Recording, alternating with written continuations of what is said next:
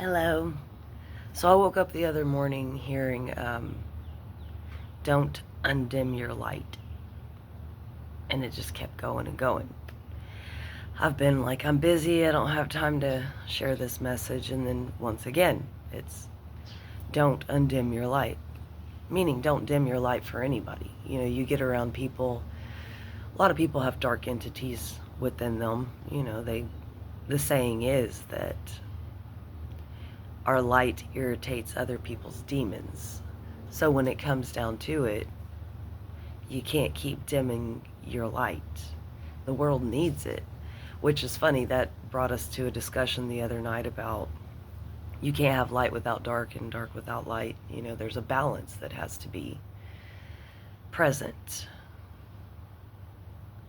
And teaching that lesson to young adults has been difficult.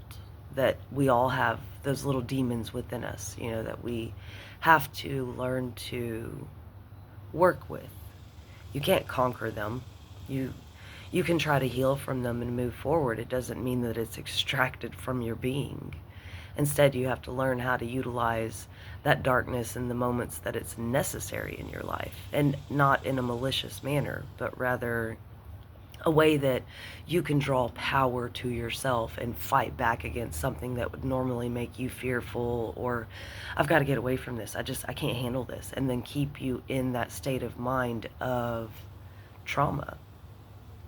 But then there's also the moments where you don't need those things. When there's laughter and happiness and everyone's enjoying themselves, you let your light shine. But the thing with that is there's a lot of people that they feel out of place letting that light shine.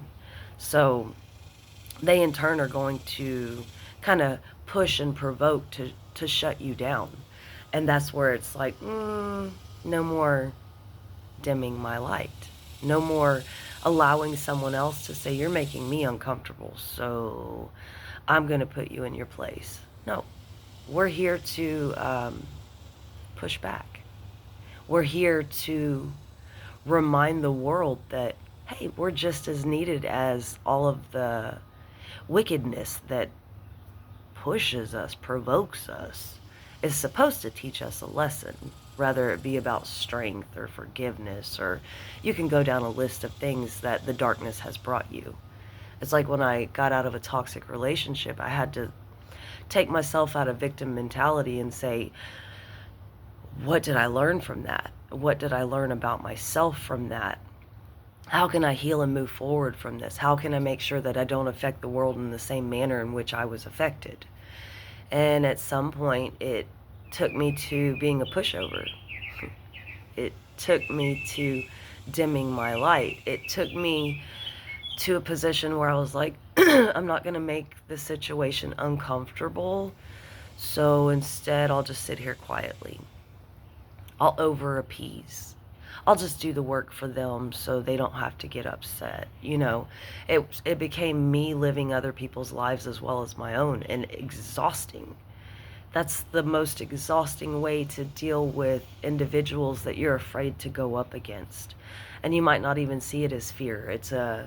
You don't want to disrupt, whatever it is. I just want everybody to be happy. I was like, at one point I was peace, love, and happiness, and just in a state of being that allowed everyone to step all over me.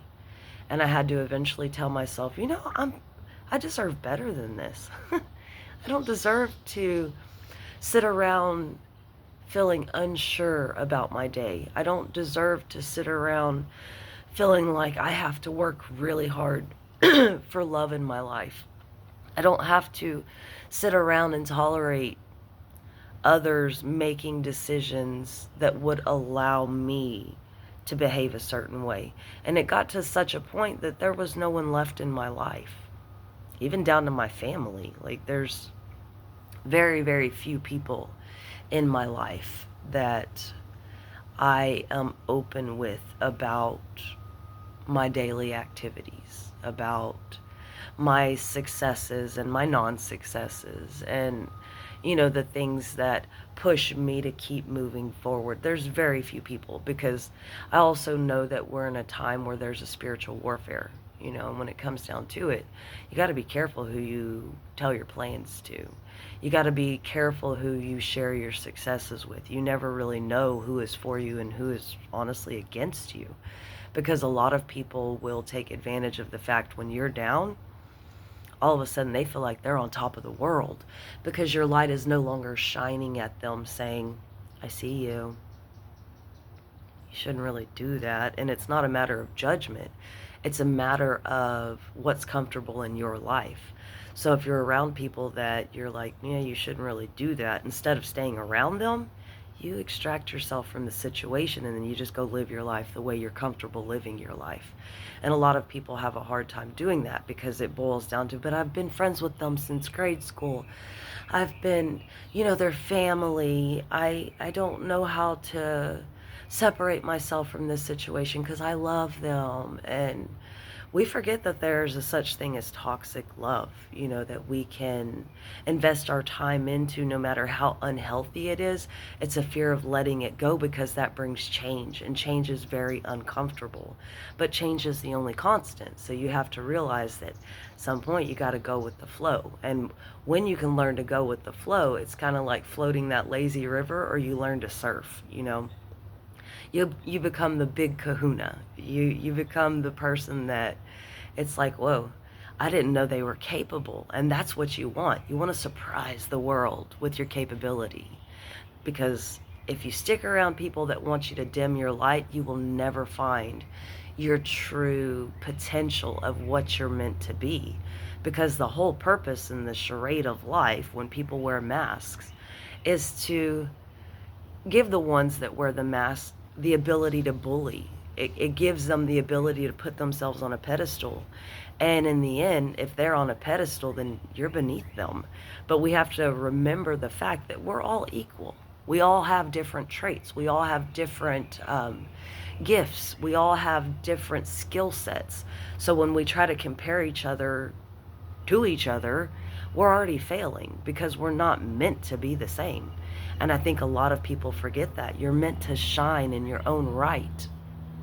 So like I said, get to a point where you no longer dim yourself to make somebody else comfortable, to allow yourself to feel unchallenged would be the word. Because when you let people challenge you, guess what? You're either going to grow or you're going to shrink.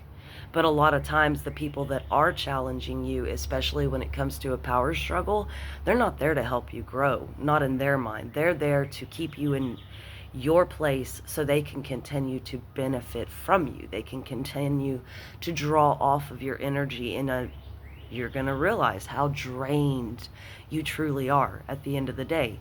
When you're around people and you start getting that, like, I don't know if this is right. I don't know if you should be doing this. When you get around that and you're questioning that because of a feeling, that is your spirit calling you to exit the situation.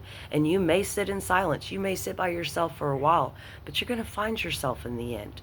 And you have to use those moments to go, what did I learn? Eventually you'll start telling yourself what you learned. And then guess what? New lessons. Everything is a matter of, how can I grow? How can I mature on a spiritual level, rather than keep sitting here challenging my own life and my own growth with people that refuse to be real. Because when you're around people that are not authentic, guess what? You're validating the charade, and honestly, you're taking part in it. So just consider who you're around, and don't dim your light for anybody. You are here to shine. So make sure you do that. Let the world know, hey, I'm great. I'm here. I'm not going anywhere. On that, peace, love, and light. Bye-bye.